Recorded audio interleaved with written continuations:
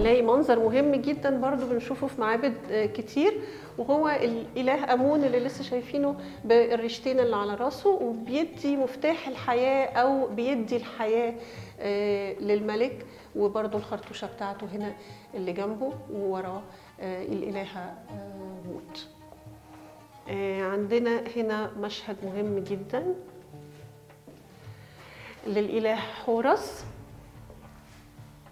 بيدي لأمنحتب الثاني 3 رموز من مصر القديمة احنا عارفينهم يمكن كويس.